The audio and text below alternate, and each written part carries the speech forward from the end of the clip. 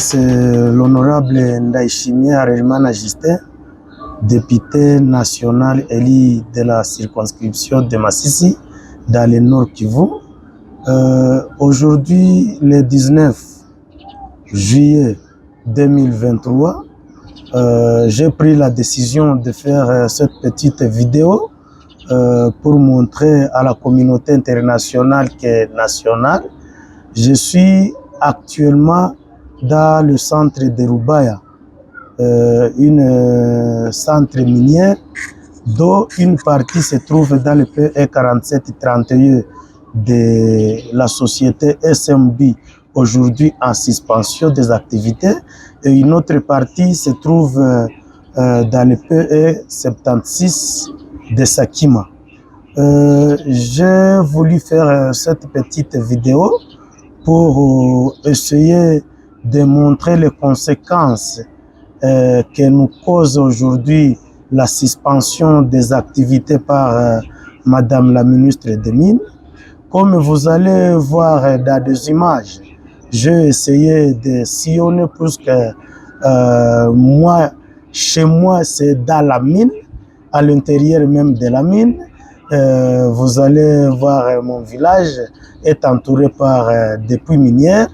Alors, contrairement à ceux qui se disent que depuis la suspension des activités par Madame la ministre, que la mine est exploitée par les militaires FARDC et les jeunes Ouazalendou qui ont pris des armes pour défendre l'intégrité du territoire, c'est du mensonge. Donc je voulais dire à la communauté internationale et nationale que c'est du mensonge, ce sont des choses qui sont en train d'être créées par les agents de la SMB, bien sûr, de l'honorable Manga Chouchou, et par d'autres sociétés qui veulent aussi venir s'approprier. Donc, vous allez voir dans des images, j'ai essayé de prendre les images de la mine, vous verrez qu'il n'y a personne. Mais du moins, je voulais attirer l'attention de Madame la ministre des Mines, puisque, comme vous le savez, le PE 4731 se trouve à l'intérieur même du PE 76 de Sakima. Or, comme vous le savez, Sakima a hérité tout ce qui appartenait à la Somenki, excepté ce qui a été cédé à Banro. Donc, c'est pour dire que la société minière de Bissunzu, le permis qu'il y a, c'est un permis qui est superposé sur PE76. Donc, aujourd'hui, nous sommes en train d'écouter d'ici et là, par les ondes, bien sûr, par des réseaux sociaux. Comme vous le savez, aujourd'hui, il n'y a plus de secrets au monde. Nous apprenons par des réseaux sociaux et par d'autres canaux qu'il se pourrait que les gens sont en train d'aller tromper Madame la ministre. Ils veulent lui induire en erreur en prenant encore le PE 4731 qu'ils avaient attribué à l'honorable Manga Chouchou abusivement. Ils veulent encore l'attribuer à une autre société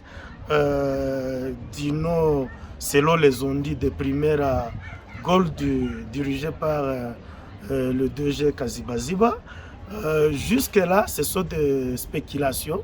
Il n'y a pas vraiment de précision. Mais moi, je me dis, est-ce que Madame la ministre est en train de peser les conséquences, ce que ça peut encore engendrer, puisque je ne vois pas la différence entre le conflit qui était entre la société minière de Bissunzu et la population locale. Je vais souligner, puisque vous allez le voir dans cette vidéo, vous allez voir qu'il y a des villages, des anciens villages, les villages qui durent même avant la colonisation, ces villages étaient là. C'est-à-dire que ce soit la société Somenki, il est venu à les rencontrer là-bas. Heureusement, Somenki avait essayé de les encadrer. Vous allez voir que je vais vous montrer par exemple le village de Luo, là où vous allez voir les anciennes maisons construites par Somenki, mais aujourd'hui qui se retrouvent dans le P47-31 de la SMB. Vous allez voir également le village Mumba, là où vous allez voir beaucoup de maisons. Vous allez voir même, il y a le témoignage des notables de là qui vont vous dire que non, ce sont des anciens travailleurs de Somenki, mais aujourd'hui qui se trouvent dans le PE47-31 de l'honorable Manga Tchouchou. Donc, c'est pour dire que je demande à Madame la ministre de ne pas déshabiller Saint-Paul pour habiller Saint-Pierre. Donc, ça sera la même chose. Donc, c'est un peu pour éclairer au monde ancien que la seule solution. D'ailleurs, je voulais demander à Madame la ministre de prendre la décision immédiatement. Puisque aujourd'hui, moi, ma base, la population de Massissi, plus particulièrement Saint-Deroubaya et ses environs, vous êtes en train de voir vous-même derrière moi le centre de Roubaya, ils vivent uniquement de l'exploitation. Comme vous le voyez, il n'y a plus d'autres activités ici. Il n'y a que l'activité minière. Alors aujourd'hui, ils sont en train de traverser des moments très difficiles. Ce qui fait que si Madame la ministre ne prend pas la décision de trancher ce conflit à l'immédiat, ça va risquer d'amener aux gens d'aller à la contre de la décision de Madame la ministre et ils vont exploiter. Et vous pouvez aussi vous poser la question, si une fois la population s'autorise alors d'aller exploiter, où est-ce qu'ils vont amener le minerai? Puisque, les comptoirs qui sont aujourd'hui à Goma, ils ne peuvent pas hasarder d'acheter le minerai exploité dans le PE 47-31, puisqu'ils auront des conséquences. L'ITI, si c'est l'ITRI qui nous donne aujourd'hui les taxes, ils seront obligés de bloquer la chaîne de traçabilité puisqu'ils ne vont pas donner les étiquettes pour étiqueter les minéraux là où il y a la suspension. Donc ça va créer un flou. Et cela, c'est pour dire que c'est le Rwanda qui va en profiter. Puisque les populations, les minéraux, ce n'est pas les haricots, ce n'est pas les pommes de terre. Les populations n'auront qu'une seule voie, d'utiliser la voie de la fraude pour amener les minéraux de l'autre côté. Sinon, ils vont mourir de faim. Donc, je peux demander à Madame la ministre de trancher ce conflit à l'immédiat, puisque c'est clair, et je ne sais même pas pourquoi est-ce qu'il est en train d'hésiter, à part seulement si ce n'est pas une main noire qui se cache derrière ce conflit, puisque l'arrestation de Manga Tchouchou n'a pas de rapport avec les conflits de superposition de titres, puisque les conflits de superposition de titres étaient avant que même Manga Tchouchou ne soit arrêté. Il y avait toujours des conflits.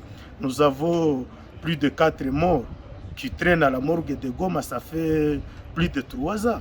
Donc c'est pour vous dire que les conflits existaient. Et la base, ou bien l'aîné de ces conflits, c'est la superposition des titres. Donc ce qu'il faut que, automatiquement, Madame la ministre puisse remettre la société Sakima, qui a hérité tout ce qui appartenait à la société Somenki, dans leurs droits, en enlevant directement le PE 47-31 qui n'a jamais existé.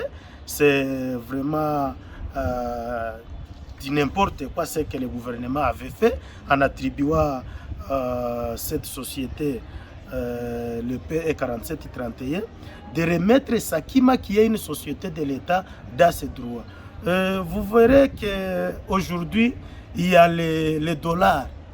Nous ne savons pas avec les montées du taux du dollar, je ne sais pas si ça va finir où. Aujourd'hui, le taux est arrivé à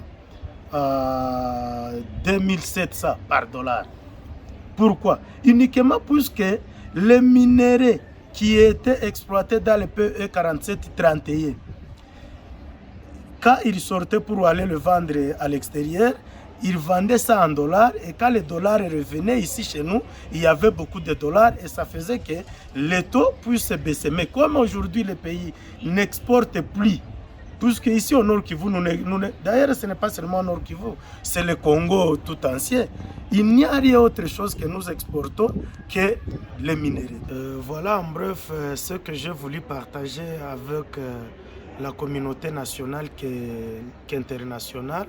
C'est un peu pour vous partager le danger qui risquerait de nous surprendre si une fois la ministre des Mines ne lève pas sa suspension des activités dans des mines de Rubaya et surtout en attribuant le titre à Sakima qui en est le propriétaire. Puisque faire autrement, ça sera incendier la zone et je ne vois pas la population de Massissi d'accepter de céder puisque nous ne savons pas ces autres sociétés qui veulent venir s'approprier la mine. Je ne sais pas comment est-ce qu'ils vont faire, je ne sais pas comment est-ce qu'ils vont fonctionner, puisque vous avez vu, je vous ai montré les villages soldats de mines. Donc on exploite, on démolit la maison pour y exploiter. Donc je ne sais pas alors aujourd'hui ce que le gouvernement propose de faire, puisque c'est un peu difficile de dire que le gouvernement va délocaliser tous les villages que vous avez vus, toute la population de Rubaya et ses environs. C'est vraiment ça peut nous prendre même plus de 100 ans. Donc je voulais vraiment demander à Madame la ministre, il n'y a pas d'autre chemin à faire, il n'y a pas de roue à inventer. La seule solution, c'est de retourner à Sakima, qui est une société de l'État, ce qui lui revenait dès le départ. Merci beaucoup.